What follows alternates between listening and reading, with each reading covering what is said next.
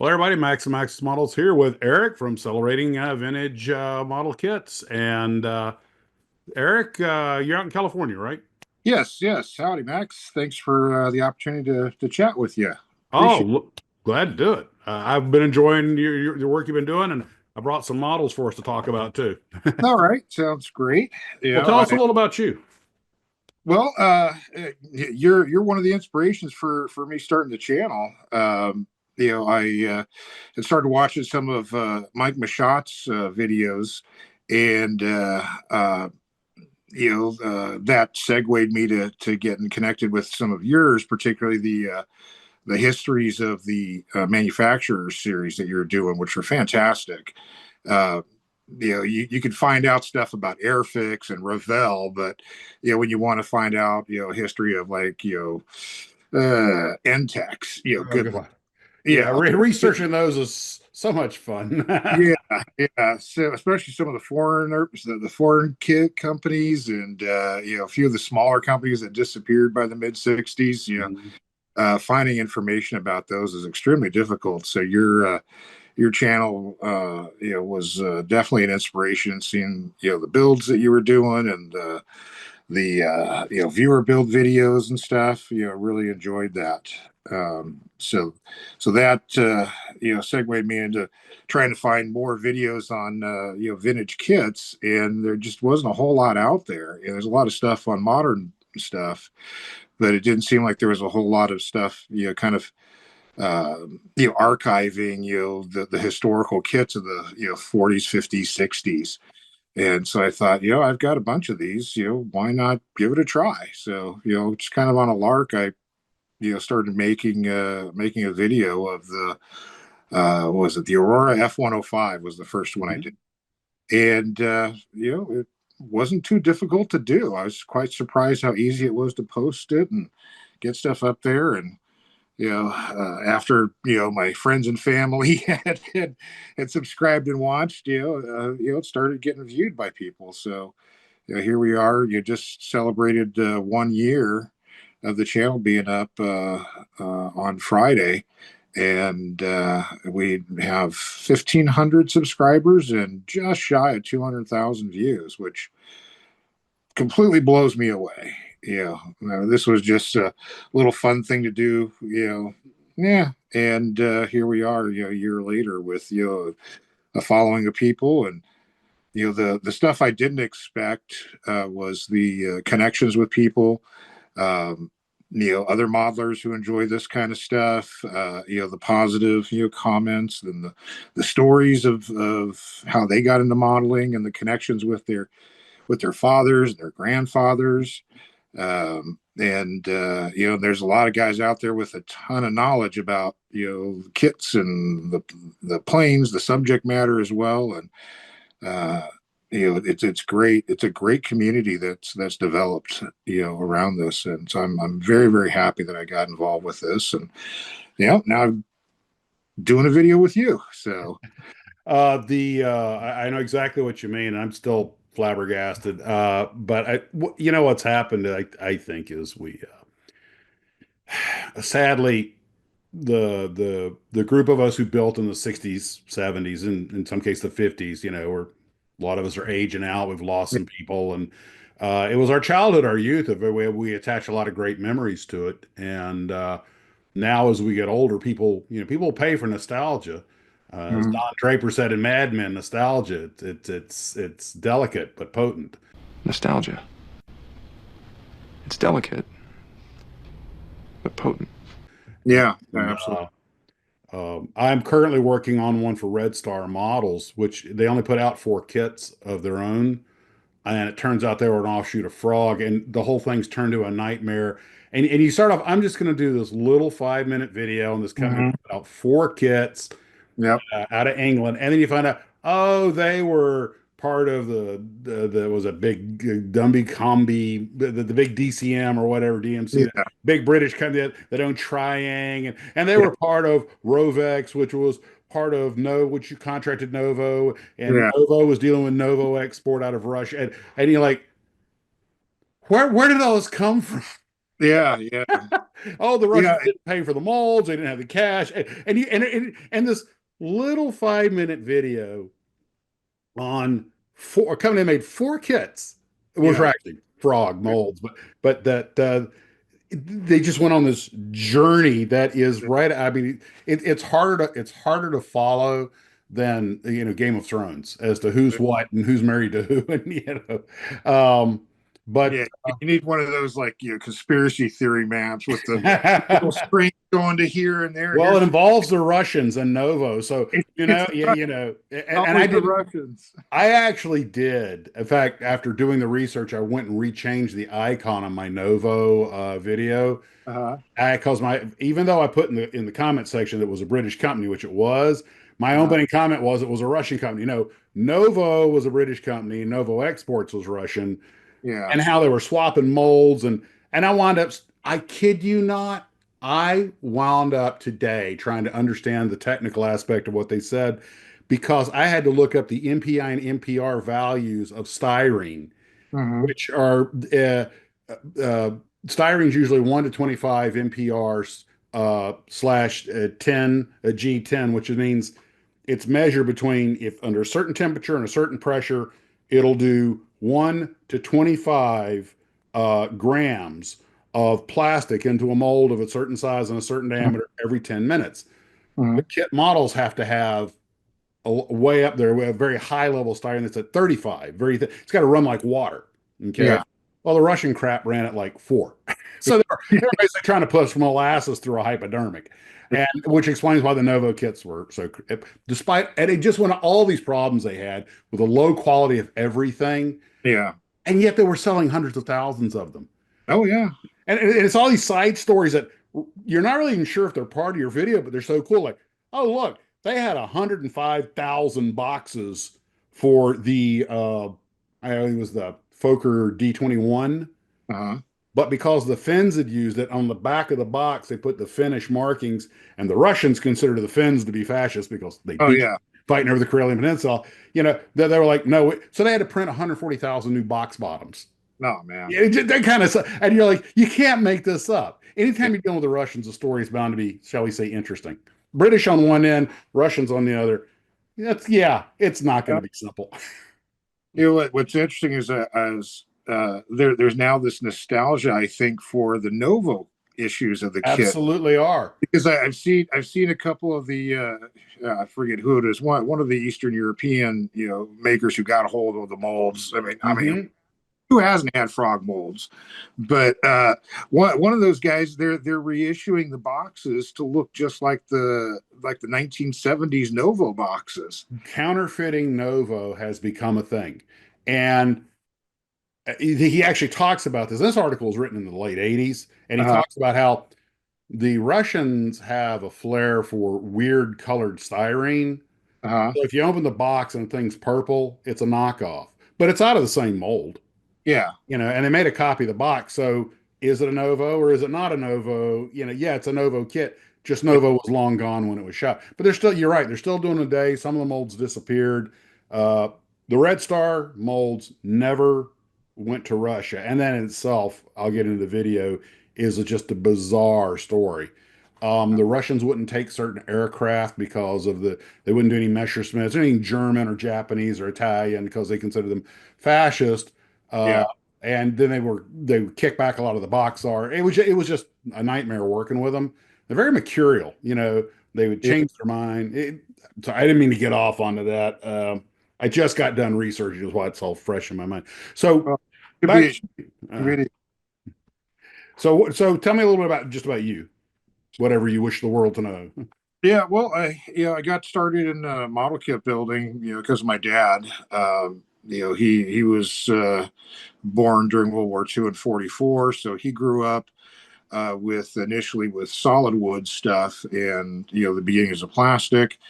And when I was a kid, I started building models with him. I think one of the very first ones that I can recall was a Revell 172nd P40 Warhawk, and part of that 72nd scale series that they made. Mhm. And ended up with an Aurora B-26 Marauder, that big 48 scale, job, that they kept popping out for decades, with the USAF markings. Yeah, I was trying not to bring that up. Yeah, What model? The war went on into 47. oh yeah, yeah. So I remember that I was using tube glue, Tester's tube stuff, and I started to make that kit on my own.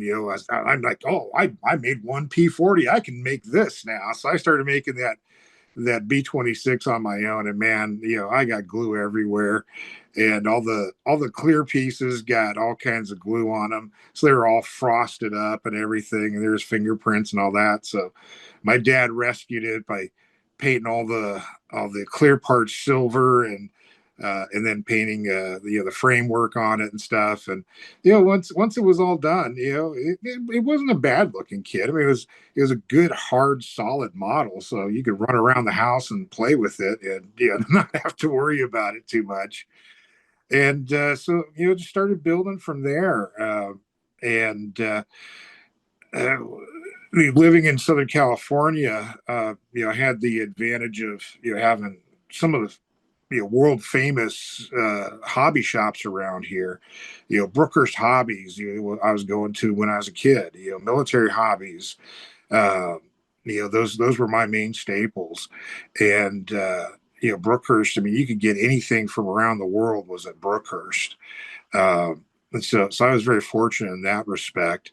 And I also got to go to some of the very first like model kit swap meets in the 70s as well.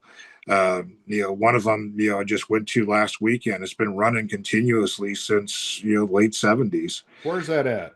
Originally it started out in some strip mall in, I think, Buena Park, and now it's it's moved around a couple of times. We're currently it's at like a union, some union hall. What town or township? It's in Buena Park. Yeah, I've seen it on YouTube. That Buena Park's, and it is pretty impressive what they have there. Yes. Yeah, that show, they do that one I think about 3 times a year. Mm-hmm. There's another guy named Herb Deeks who used to, I think he still produces some limited run kits. He's also got a show a couple times a year that's, a little bit smaller than that one, but always seems to have better deals. I don't know if the tables are cheaper at his show, but I always seem to get a little better deals at the Herb Deeks show. But this I grew up is that kind of access to model kits. My dad was nostalgizing, even in the 70s about the wood kits, and so he'd always pick up wood kits when he would find them, the solid wood ones, and the occasional like Cleveland model. He loved Cleveland kits, and so in the 70s, early 80s, all this like 50s, 60s kits were getting ridiculously expensive. And that's when people were like kind of like discovering the nostalgia of it, reliving their youth. And so that's when the old 50s Aurora kits, the Revell S kits, were going for $50, $100, $200, $300. Still are. The rocket ships and all that stuff. And so I couldn't afford that kind of stuff, but I always admired them because the stuff I was seeing at the hobby shop in the 70s was the truth in advertising stuff with the white box, with the photo boxes. Some of them looked not too bad, but some of them just looked humble opinion. Despite no matter how good the kit is, no matter how well made it is, it does not capture the romance like work. I've had this discussion with Mike Machat countless times. Which, by the way, how far are you from Santa Monica? I'm about an hour away. Well, Mike is a curator at the Santa Monica Museum of Flying, so you ought to trot down sometime. I'm sure he'd love to chat with you about it. And they have a vintage model display there too, which they actually, if you can get into the back room, they've got a lot of professionally built models and stuff. I'm sure they would love to have your help with some of that. Oh, I'd definitely be like to be connected with him. I'm familiar with Mike, from seeing him at the model shows for a number of years. He was always there. Oh yeah. The other thing that I've also been involved with is aviation art, and Mhm. I went to art school in college with the intention of being a Mike Machado.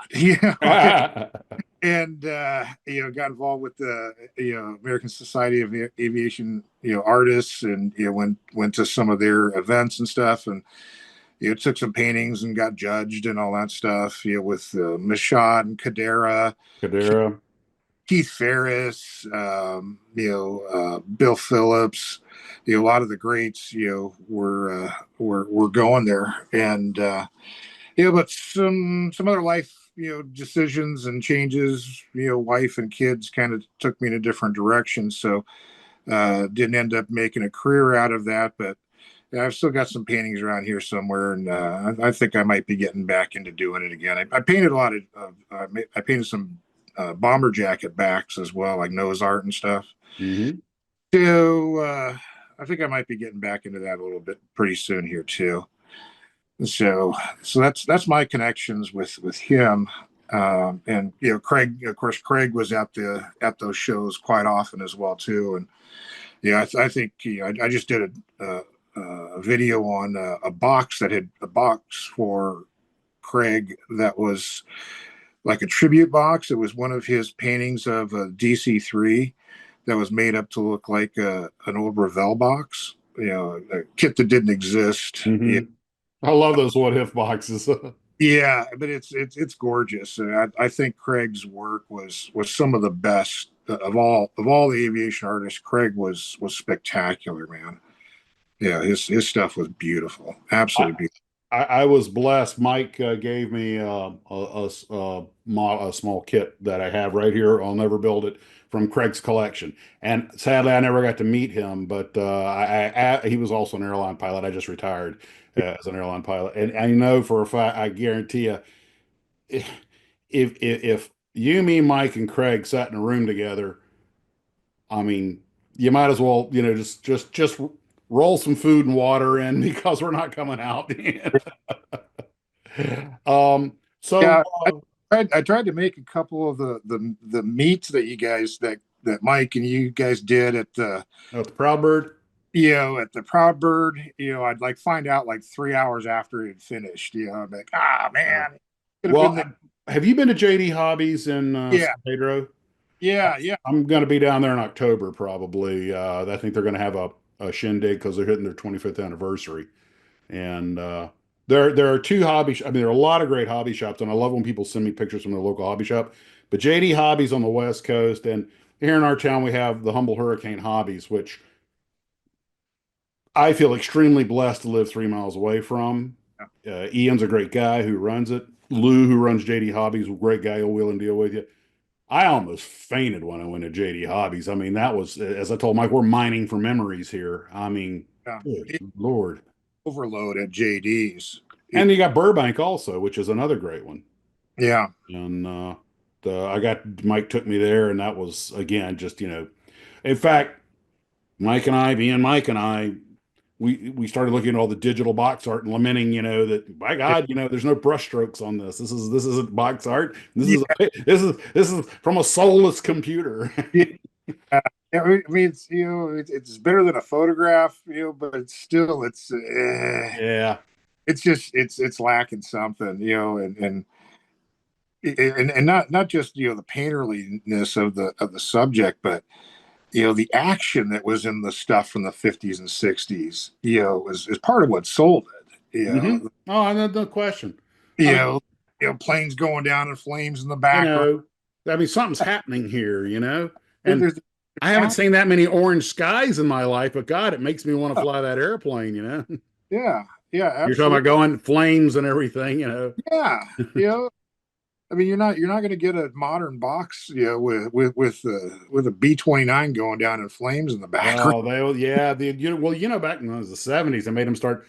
They would take the old, but they had to. No, Oh you got yeah, the flames out. You can't have the guns firing, so the artist had to go cover up his work and everything. oh yeah, yeah. I've seen a number of the Matchbox stuff, because like Matchbox was still holding out and doing good art, box art when they started in the 70s, and by the end of the 70s, they were removing stuff left and right out of Yeah. the box.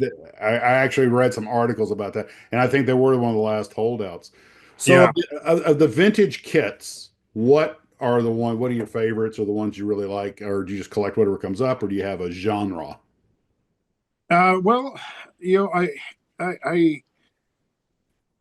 am kind of all over with it. This, like I said, I started building in the 70s, so I'm a little younger than you. So I never built, the Aurora stuff, right out of the store. And in the 70s, the kits that I was building were more of the, monograms, the Revels, the Airfixes that came out in the 70s that had some detail to them. So I didn't have much, nostalgia for building an Aurora, ME 109, say, Mhm. or an F 105, because those kits, were not up to the standard of what I was building. Because I was building to, make the best kit I could. I was Mhm. entering. I was going to IPMS shows and entering kits when I was, 8, 9 years old. Oh, I wanted to like make, some quality, model builds, and these old 50s, 60s kits certainly, weren't going to cut it. And I didn't have quite the skill set then to do the full scratch building, to bring those things up to standard. But at the same time, I really was attracted to the box arts of those kits. hmm. And some of those were some of the ones that my dad would build, and he'd show it to me. Oh yeah, hey, I built this, B-58 Hustler, or Convair 240, a Hawk Convair 240, whatever. And so I'd appreciate what those kits were, and especially the artwork. The artwork really attracted me to them. And so that era of kit was something that I liked but never really built.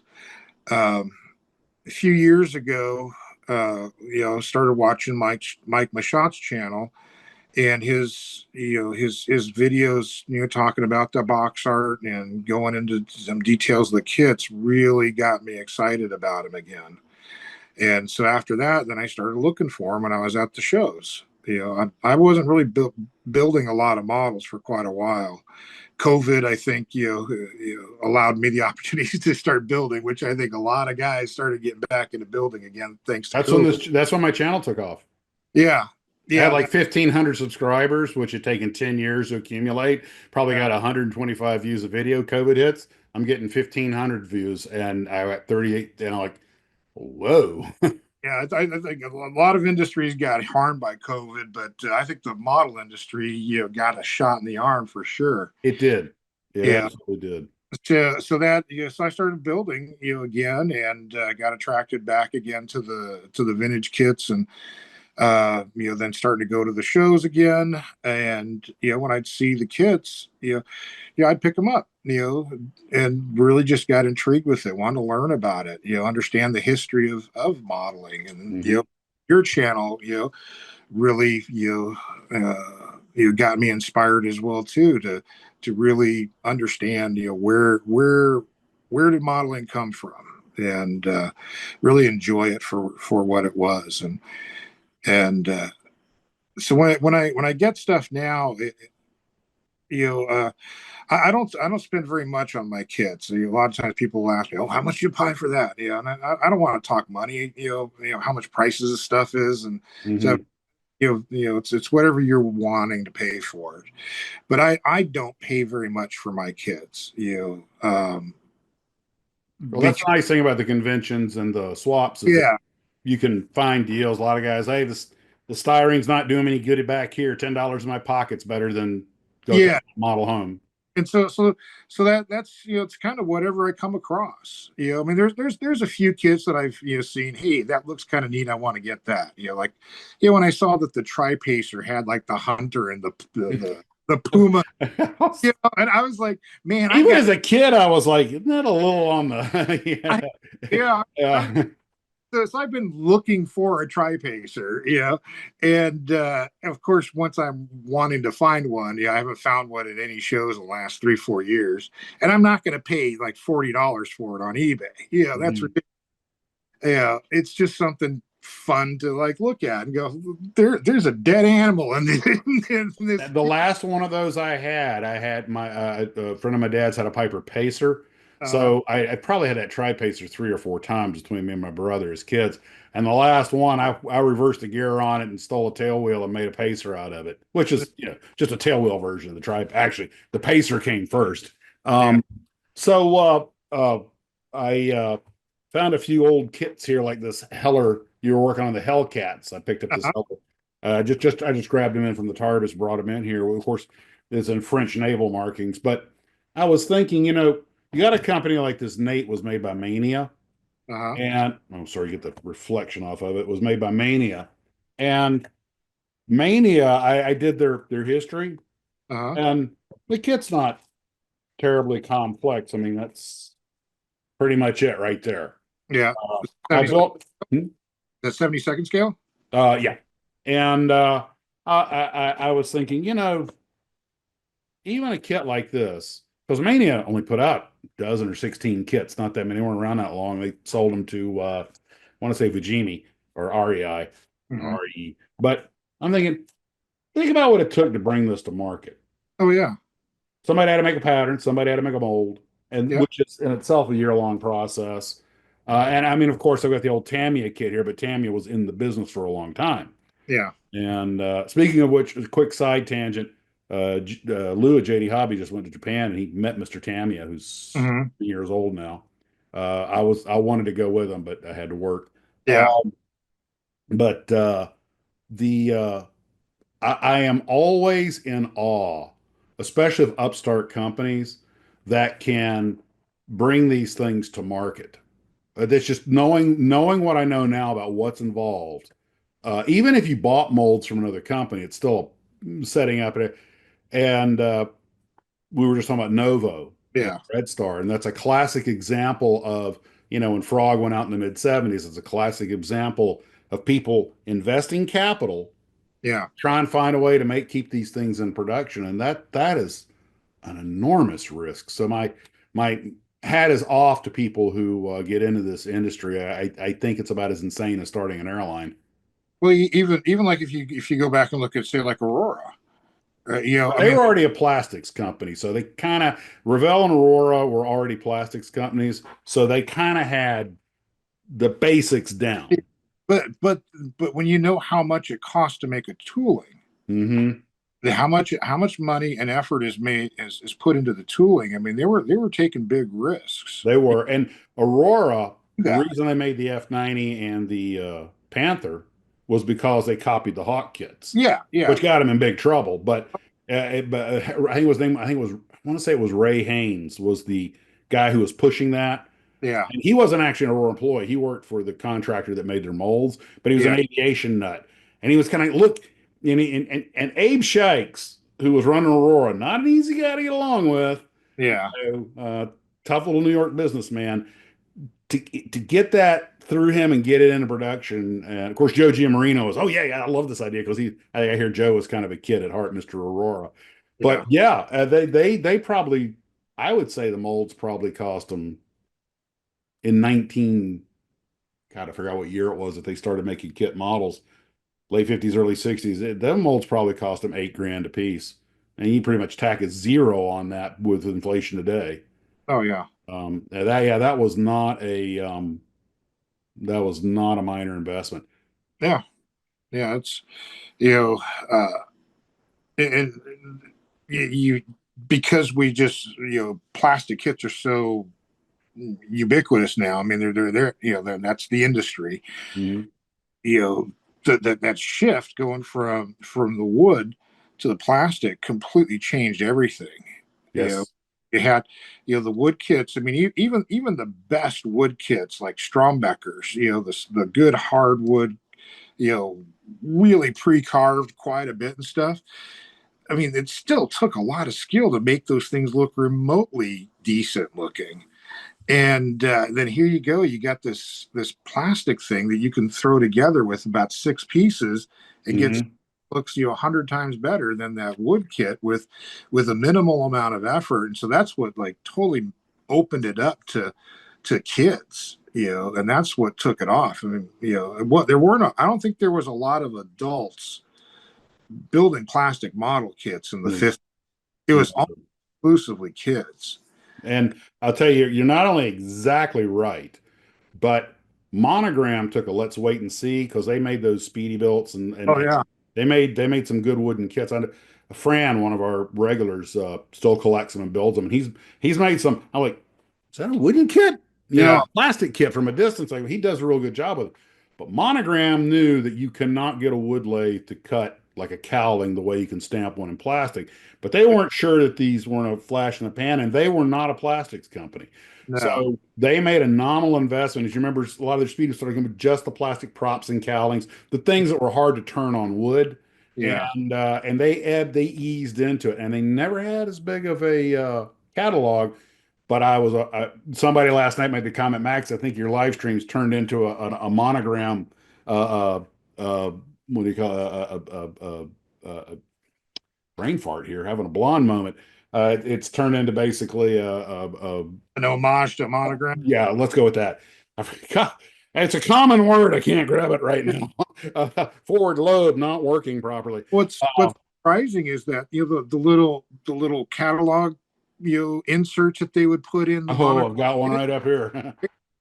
they still show wood kits up through the 60s. Oh yeah, yeah. They didn't get out of wood until the '60s. Yeah, not Yeah. completely. And but Monogram, there were three reasons I was a Monogram kid. I mean, I bought other stuff, Aurora, mostly little civilian airplanes, but one, my older brother, who I picked up modeling, watching my older brother, my dad had built models out of wood, like the Cleveland kits during World War II when he was a kid.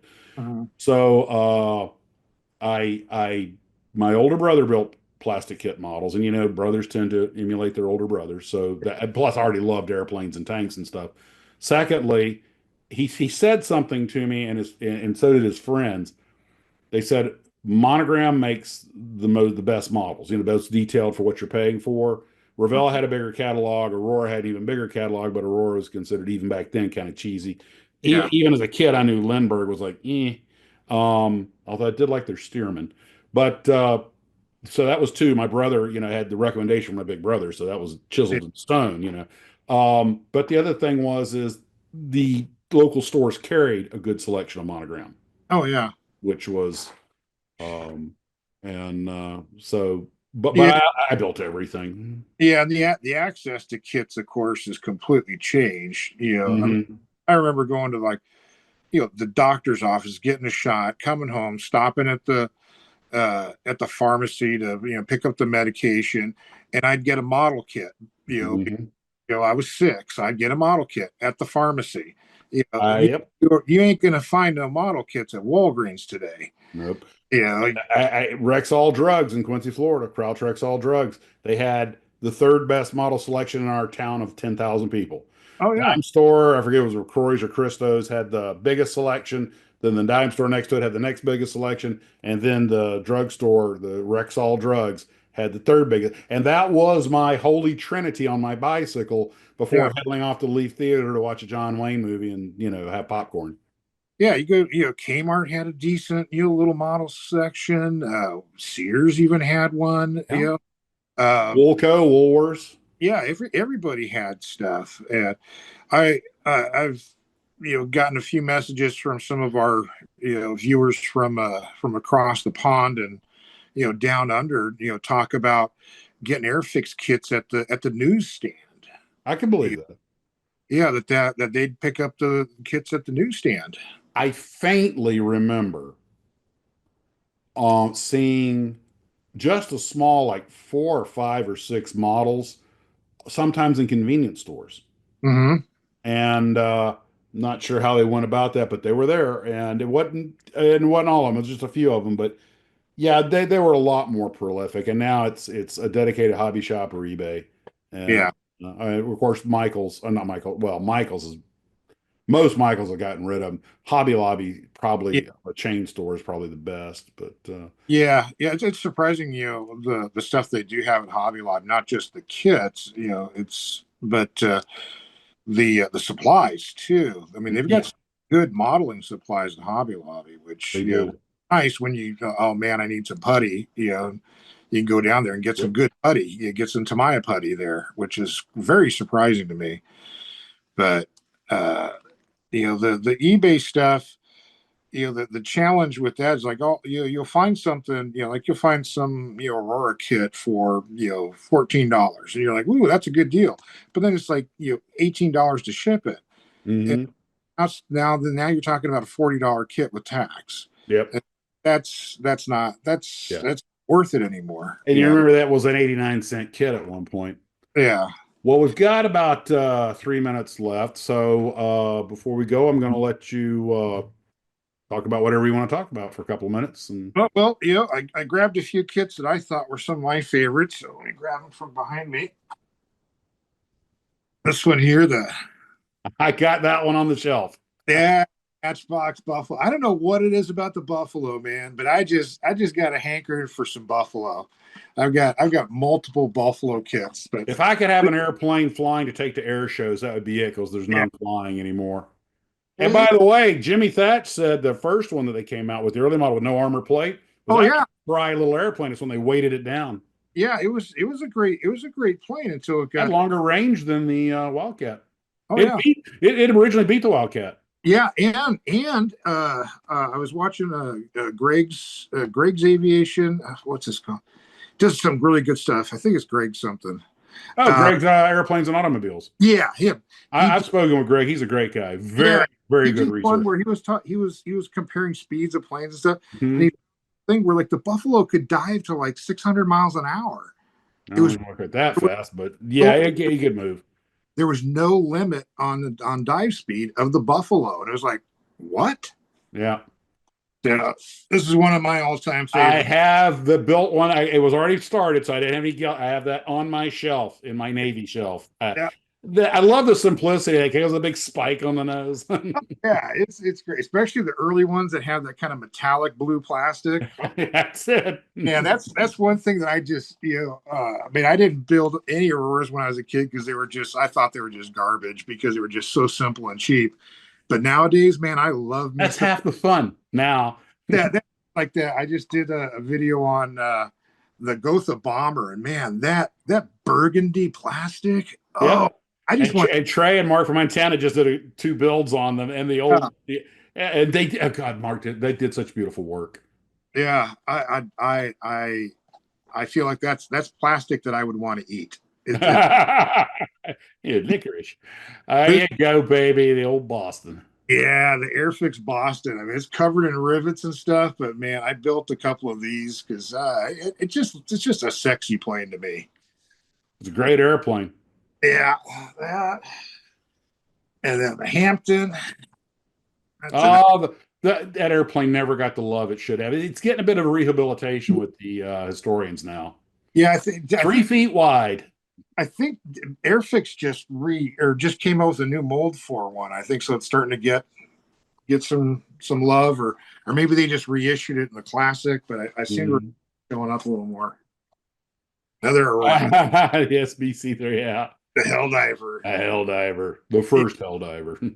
Odd scale, but it's a good looking little kit. Up, clock's ticking down. Less than 1 minute. Let's get through them here. I never built any of those, so Yeah. no opinion. Black Knight, and probably I'll go to my all-time favorite, the I Monogram. was just promoting that one last night with that very box art. Yep, absolutely. This is hands down my favorite kit of all time. I built it about 6 times, 8 times. Well, Eric, we're pretty much out of time. It's going to cut off on. I want to thank you very much for coming out and spending some time with me. Well, absolutely. Thank you for the opportunity to chat with you as well too, and model on, man. Model on, brother. All righty, have a good one. Hit the button, Max.